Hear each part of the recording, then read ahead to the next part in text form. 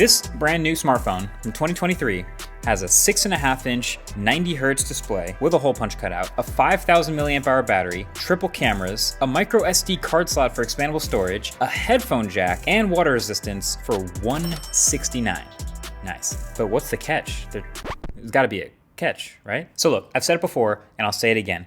Good phones are getting cheap, and cheap phones are getting good. And this video is going to focus on the second part of that, which is the cheap phones that are getting so good. Because this phone hit my inbox recently. It's called the Moto G Play for 2023.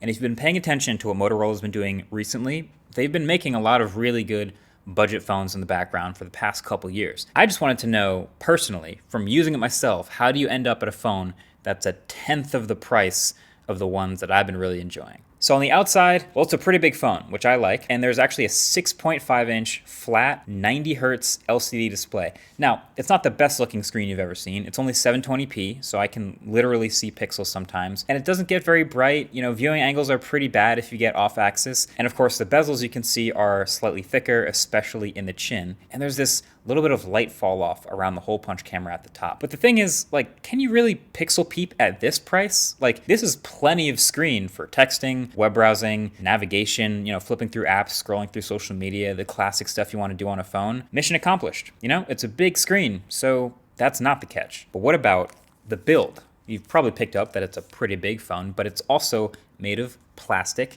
But honestly, the layout is perfectly fine. Like, you've got the port and the speakers at the bottom. There's a headphone jack at the top, and you have bonus expandable storage alongside the SIM card tray right where it belongs. And on the back, yes, that is a decently fast fingerprint reader right in that classic Motorola dimple spot. So it's laid out well. It absolutely does not bend or creak or anything weird like that.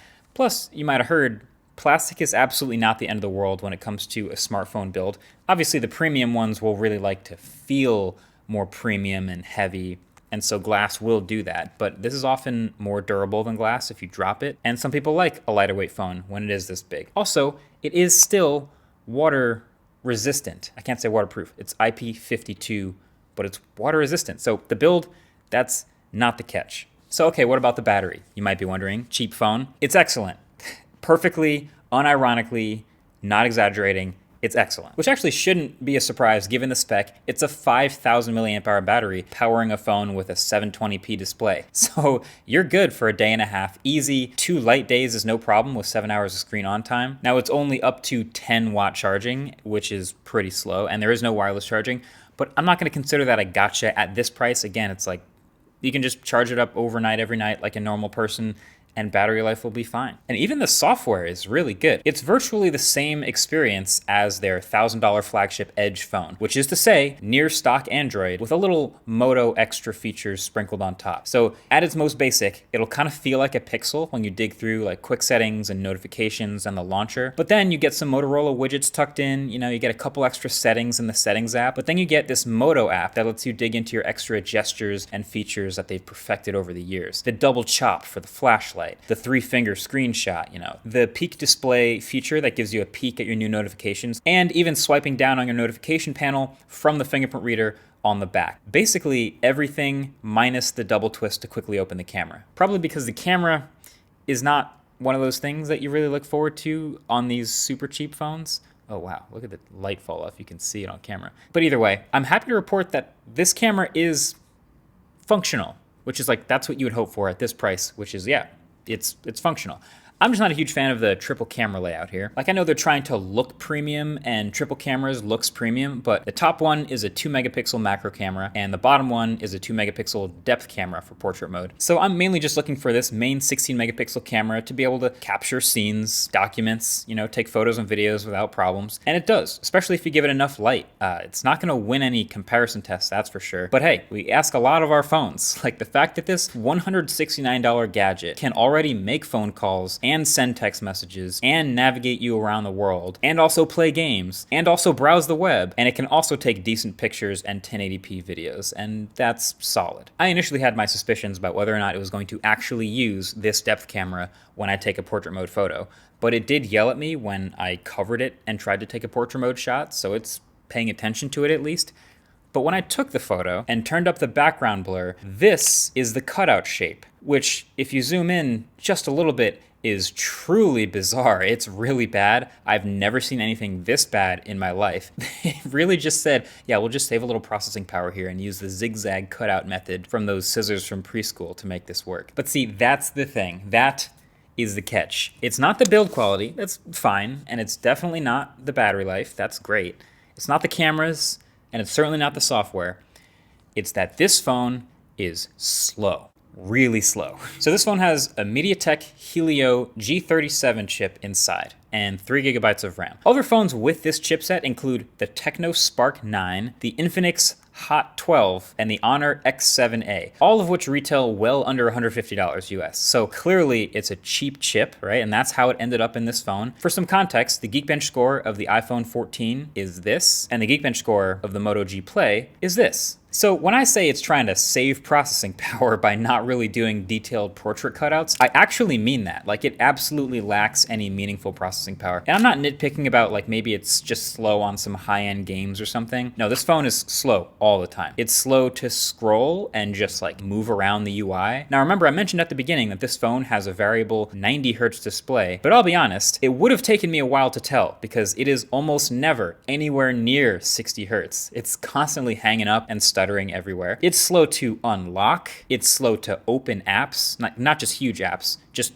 normal apps. Even the settings app takes an embarrassingly long time to open and even longer to search through things. Some of this is like speed of storage as well, to be fair, so I don't want to put it all on the chip, but like the point here is it's absolutely the catch. This phone is slower than average to take pictures. It's slow to type stuff, to browse around, and just to do anything like high-end gaming or photo editing is kind of out of the question. It might be the slowest phone I've ever used, and I'm constantly reminded of it, which can make it quite unpleasant to use. So the longer I use this phone, the more it had me thinking about one big question, which is it better to get a brand new cheap phone like this or an older, formerly expensive flagship one? Like this phone, this is $169 brand new, right? This phone here, this is the OnePlus 7 Pro. You might remember it. It's one of my favorite phones ever. This was the phone of the year in 2019. So this was $669 back when it came out, but it can be had easily for well under $200 right now secondhand. So this is just one example of a phone like this. This phone, if you compare dollar for dollar with the Moto, is just so much better of an experience across the board. Obviously, it'll have a much better chipset. So the Snapdragon 855 is a few years old, but it's much more capable and part of an overall smoother, better performance profile with faster storage and more RAM. It has a much nicer OLED screen, which is sharper, brighter, and actually hits the 90 hertz refresh rate all the time. It has way more built-in storage, although it's not expandable, and it has a much better set of cameras. It's a primary plus an ultra-wide and a zoom, and it's built from glass instead of plastic, which feels rock solid, and it has a 4,000 milliamp hour battery, which is probably the only hardware line you can call it a draw or maybe even a win for the Moto phone. But we can't forget that warp charging that OnePlus was famous for, so this old flagship will do 30 watts of wired charging. So it's seeming pretty unanimous here, but one distinct advantage of the budget phone is because it's new, it will get software updates further into the future than the old phone. Now, this is theoretically, of course, like Motorola does not have the best track record here. So it depends on what phone we're talking about, but the Samsung A14 5G, for example, has a pretty similar spec sheet and a similar price point, and that'll probably get more software updates than the Moto. But the idea here is even if a flagship phone is promised 3 to 4 years of software updates and the budget phone is only getting 2, as soon as that flagship phone is more than about 3 years old, it doesn't have that advantage anymore. So the OnePlus 7 Pro is probably about done with software updates, while we probably have a few in the tank for the Moto. It is also funny though, sometimes how I hear people talk about software updates, like some people don't think about software updates at all. They avoid software updates. Don't do that, by the way. The security patches are actually pretty important. But yeah, it's just one of those points that has to, by default, go to the newer phone. But the final straw in favor of the older phone is actually the environment. Just because buying an older phone that's built to last and getting an extra 2, 3, 4 years out of it potentially is better for the environment overall. You buy less new things, it's less e-waste. So that's a feather in the cap of the old phone over the new one. So my general thought, as I've looked at this landscape and all these options with old flagships versus new budget phones, is the lower the price of the phone, the more I would actually want to buy the older phone. So at $169, for example, based on the experience I've had with this phone, I would definitely rather have actually the older flagship phone. There's a lot of flagships you can get at about $200. You could get this one, you could get a Pixel 5. Secondhand phones are really good. Now, if you go up to like $400, then it's a little more debatable. There's still some things that would still point me towards the formerly flagship phone. But then you get to like $600 and it's like, oh, there's really good brand new $600 phones that I would take today and still have the advantages of the software updates. It's not a lot. That's better than the Pixel 7 right now. So that's the theory. So there you have it.